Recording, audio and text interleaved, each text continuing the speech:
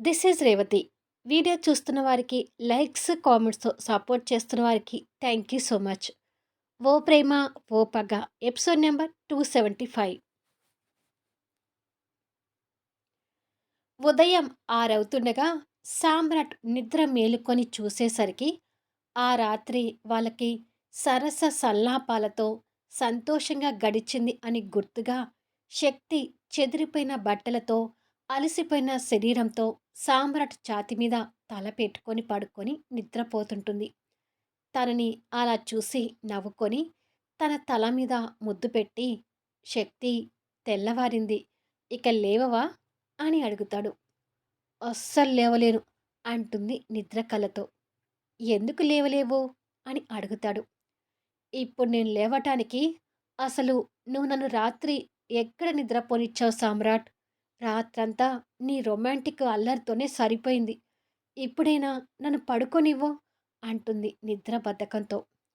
తన మాటలకు నవ్వుకొని, అంటే శక్తి, ఇన్నాళ్ళు ఆ వెధవ ఎవడో తెలియక డిస్టర్బెన్స్‌గా ఉండిపోయాను కదా! ఇక వాడెవడో తెలిసి వాడిని జైల్లో పెట్టించాక ప్రశాంతతో సంతోషంగా అనిపించింది. ఆ సంతోషంలో రోజు కంటే రాత్రి నీతో ఎక్కువసేపు గడిపాను. ఆ మాత్రానికి నేను నీకు నిద్ర లేకుండా చేశానా? అని అంటాడు తన భుజం మీద జోకొడుతూ. నిద్ర లేకుండా చేశావో లేదో నీ మనస్సాక్షిని అడుక్కో. నన్ను మాత్రం ఇప్పుడు పడుకోనివ్వు. కావాలంటే నువ్వు వెళ్ళిపోయి నీ ఎక్సర్‌సైజులేవో నువ్వు చేసుకో అని చెప్పి శక్తి సామ్రాట్ ఛాతీ మీద నుండి లేచి అవతల పక్కకు తిరిగి పడుకుంటుంది. పాపం, బాగా అలసిపోయావని నీ ఒంటి మీద చెదిరిపోయిన బట్టలే చెప్తున్నాయి అంటూ తనకి దుప్పటి కప్పి, ఇక డిస్టర్బ్ చేయనులే, పడుకో అని తన తల నిమురుతూ చెప్పి బెడ్ మీద నుంచి లేస్తాడు. ఆవలించుకుంటూ విండో దగ్గరికి వచ్చేసరికి ఎదురింట్లో విక్రమాదిత్య గారు పెంపుడు కుక్కని చైన్ పట్టుకొని కుక్కని ఆడిస్తూ వాకింగ్ చేయిస్తూ కనిపిస్తుంటాడు. ఈ మధ్య మా మామతో ఆడుకొని చాలా రోజులవుతుంది. ఇప్పుడు మా మామతో ఫుల్‌గా ఆడుకొని, మా అత్తతో మా మామని తిట్టించేది ఎలా అని మనసులో ఆలోచించుకుంటూ కిందికొస్తాడు. అరుణ్, శ్రావణి కూడా ఆ నైట్ అక్కడే స్టే చేసేసరికి అరుణ్ పేపర్ చదువుతూ, "గుడ్ మార్నింగ్ సామ్రాట్" అంటాడు. "గుడ్ మార్నింగ్ బావా, పిల్లలు లేచారా?" అని అడుగుతాడు సామ్రాట్ ఎదురుగా కనిపిస్తున్న మామగారిని చూస్తూనే. "ఇంకా లేవలేదు సామ్రాట్, ముగ్గురు పడుకొని ఉన్నారు" అంటూ బయట వాళ్ళ మామగారిని చూస్తున్న సామ్రాట్‌ని చూసి, "ఏంటి పొద్దున్నే మీ మామగారికి లైన్ వేస్తున్నావు?" అని అడుగుతాడు. "హ్మ్. మా మామ ఈ వయసులో కూడా హ్యాండ్సమ్‌గా ఉన్నాడని లైన్ వేస్తున్నానులే" అని వెటకారంగా చెప్పి బయటికి వెళ్తుంటాడు.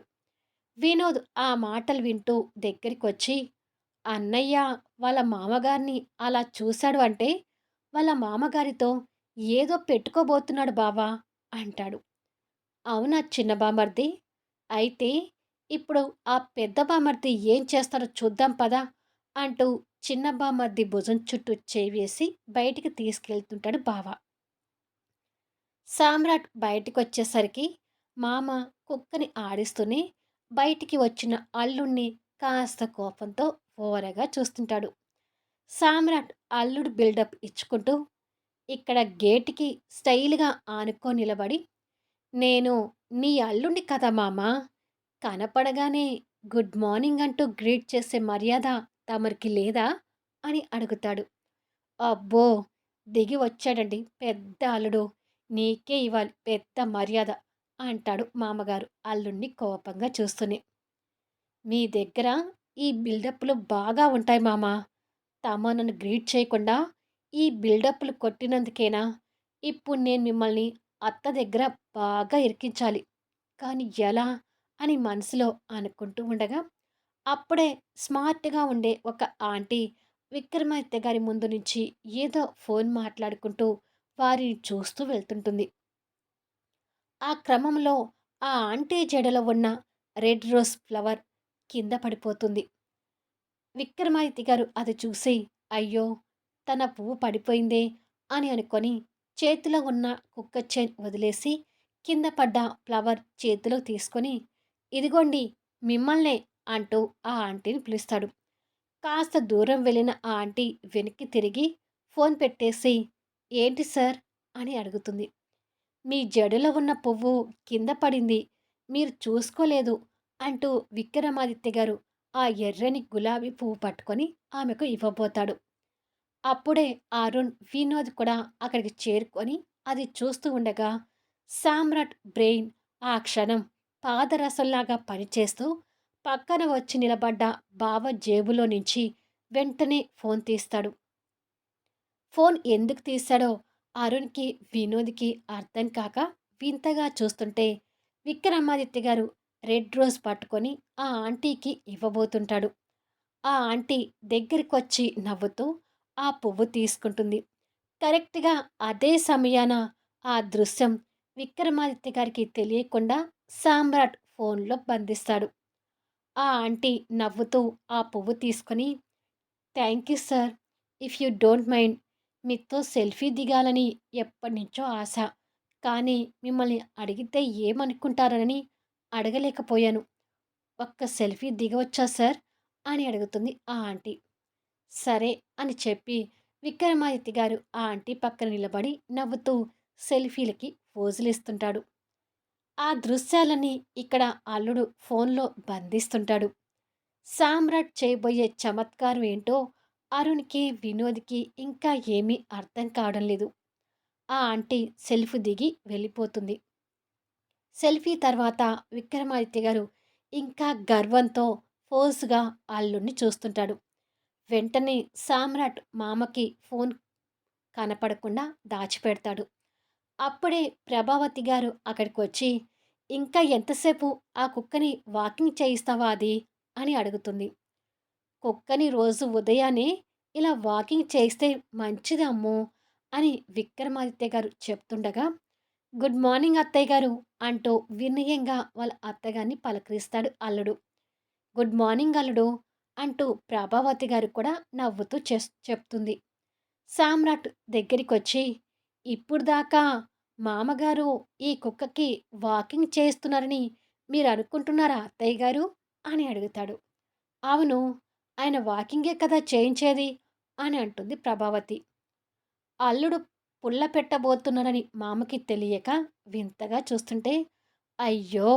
మిమ్మల్ని అమాయకురాలిని చేసి ఈ మామ సెకండ్ సెటప్ పెట్టే ఆలోచన ఉన్నాడని చెప్పడానికి ఈ ఫోటోలే సాక్ష్యం అత్తయ్య గారు" అంటూ ఆ ఫోటోలు అత్తకు చూపిస్తాడు. అల్లుడు మాటలు విని మామ అవాక్కవుతుంటే, ప్రభావతి గారు ఆ ఫోటోలు చూసి షాక్ అవుతుంది. ఇక అప్పటి వరకు సామ్రాట్ ఏం చేయబోతున్నాడో తెలియని అరుణ్, వినోద్ మొహమొహాలు చూసుకొని ఆశ్చర్యపోతుంటారు. ప్రభావతి గారు ఆ ఫోటోలు చూసి భర్త వైపు ఒక్క చూపు చూస్తుంది. ఆ చూపుకి మామ మాడి మసైపోతూ, "వామ్మో! నాకేమీ తెలియదే" అంటాడు. "లేదత్తయ్య గారు, ఈ మామకి అన్నీ తెలుసు. మామ మాటల్ని అస్సలు నమ్మకండి" అంటాడు అల్లుడు. "వామ్మో! కలవక కలవక మేము ఈ మధ్యనే కలిసాము. మా మధ్య ఎందుకు పుల్లలు పెడతావయ్యా బాబు" అని అడుగుతాడు మామ. ప్రభావతి గారు ఫోటోల వైపు తల తిప్పి వాటిని చూస్తుండగా, అంతలో సామ్రాట్ మామ చెవి దగ్గరకొచ్చి, "లేకపోతే నాకు గుడ్ మార్నింగ్ చెప్పమంటే ఫోజులు కొడతావా మామా?" అని అడుగుతాడు. "అంటే నేను నీకు గుడ్ మార్నింగ్ చెప్పలేదని నన్ను ఇలా ఇరికిస్తావా?" అంటూ విక్రమాదిత్య గారు కూడా సామ్రాట్ చెవులో చిన్నగా మాట్లాడుతుంటాడు. "అవును. నాతో పెట్టుకుంటే అంతే ఉంటుంది మామ" అని అంటుండగా, "మీ మామ నీ చెవులో ఏం చెప్తున్నాడు అల్లుడు?" అని అడుగుతుంది ప్రభావతి గారు. "నాకు కన్యాదానం చేసే భాగ్యం లేక నీ కాలు పట్టుకోలేదు. ఇప్పుడు నీ కాలు పట్టుకుంటాను. ఆ ఫోటోల్ని ఏదో ఒక రకంగా కవర్ చేయమని నన్ను బతిమిలాడుతున్నాడు అత్తయ్య గారు. అదేం కుదరదు. మా అత్తయ్య గారికి అన్యాయం జరగనివ్వను అని నేను మీకు సపోర్ట్ చేస్తున్నాను" అంటాడు అల్లుడు బుద్ధిగా. అల్లుడు మాటలకి మామకి ఊపిరాడకపోతుంటే, మామ, అల్లుడి మధ్య సాగుతున్న సినిమా చూసి వినోద్, అరుణ్ నవ్వుకుంటూ ఉంటారు. "అత్తయ్య గారు, సమయానికి నేను చూశాను గాబట్టి, ఆ ఫోటోలు తీసి మామ ఎలాంటివాడో మీకు నిరూపించగలిగాను అని అత్తగారి మీద జాలి పడుతూ చెప్తాడు అల్లుడు. అయ్యో! ఈ అల్లుడు చెప్పేదంతా అబద్ధం అమ్మో! అని విక్రమాదిత్య గారు చెప్పబోతుంటే, మామ మాటల్లో అస్సలు నమ్మకండి అత్తయ్య గారు. ఏదో ఒకటి చెప్పి మిమ్మల్ని నమ్మించాలని చూస్తాడు. దారిన ఒక ఆంటీ పోతుంటే జడలో నుంచి ఆమె పువ్వు కింద పడింది. తీసి ఇవ్వబోయాను అంటాడు. ఫోటోల గురించి అడిగితే ఆ ఆంటీ సెల్ఫీ అని అడిగింది. అందుకే ఫోటోలు దిగానని మిమ్మల్ని నమ్మించవచ్చు అత్తయ్య గారు.